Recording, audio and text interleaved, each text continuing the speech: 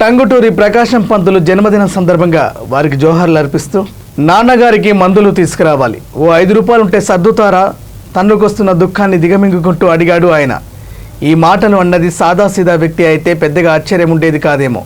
కానీ 5 రూపాయలు చేబదులు అడిగిన వ్యక్తి టంగుటూరి ప్రకాశం గారి రెండో కుమారుడు హనుమంతరావు గారు. అప్పు అడిగింది తుర్లపాటి కుటుంబరావు గారిని. సాక్షాత్తు ఒక రాష్ట్రాన్ని పరిపాలించిన మాజీ ముఖ్యమంత్రి కొడుకు నోటి నుంచి కన్నీటితో వచ్చిన మాటలు విన్న తర్వాత ఎవరికైనా కంటతడి రాక మానదు.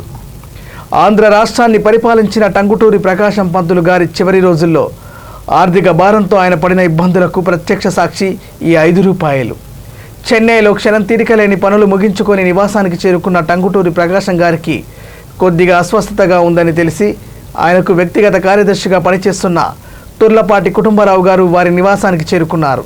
లోపలి నుంచి బయటికి వచ్చిన టంగుటూరి కుమారుడు తుర్లపాటి కుటుంబరావు గారి దగ్గరకు వచ్చి గద్గద స్వరంతో నాన్నగారికి మందులు తీసుకురావాలి, ఓ 5 రూపాయలు సర్దుతారా అనడంతో షాకుతో తుర్లపాటి కుటుంబరావు గారి నోటంట క్షణకాలం మాట రాలేదు. వెంటనే తేరుకొని ఉబికి వస్తున్న కన్నీటిని అతి ప్రయత్నం మీద ఆపుకుంటూ జోబులో నుంచి 5 రూపాయలు తీసి ఆయన చేతిలో పెట్టాడు. ఈ చేదు నిజాల్ని తుర్లపాటి కుటుంబరావు గారు స్వయంగా తన పుస్తకంలో కళ్ళకు కట్టినట్టు వివరించారు.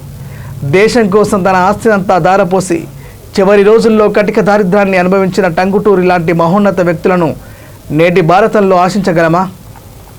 ముఖ్యమంత్రి పదవి అంటే తరతరాలకు సరిపడా ఆస్తులను దోచుకొని తమ వారసులకు పంచిపెట్టే ఒక అద్భుత దీపంగా భావించే ప్రస్తుత రోజుల్లో దేశం కోసం ఆస్తులను అమ్ముకొని రూపాయికి లేని అటువంటి ముఖ్యమంత్రిని చూడగలమా అంటే చూడలేమనే సమాధానం వస్తుంది. ఆ తరం వేరు, నేటి తరం వేరు. ఆనాటి రాజకీయాలు వేరు, ఈనాటి అరాచకీయాలు వేరు. డియర్ రాజకీయ నాయకులు, పాలకులు, మీ ఓటు బ్యాంకు రాజకీయాలు ఎలా ఉన్నా సంవత్సరంలో ఒక్కసారైనా ఇటువంటి మహనీయుడి పేరును మంచి కార్యక్రమాలు చేపట్టండి. దేశం కోసం నిస్వార్థంగా సేవ చేయగలిగారు కాబట్టి టంగుటూరి నేటికి ప్రజల గుండెల్లో చిరస్మరణీయుడు అయ్యారు. ఈరోజు టంగుటూరి ప్రకాశం పంతులు గారి జయంతి సందర్భంగా మహానుభావుడికి నివాళులు అర్పిస్తుంది.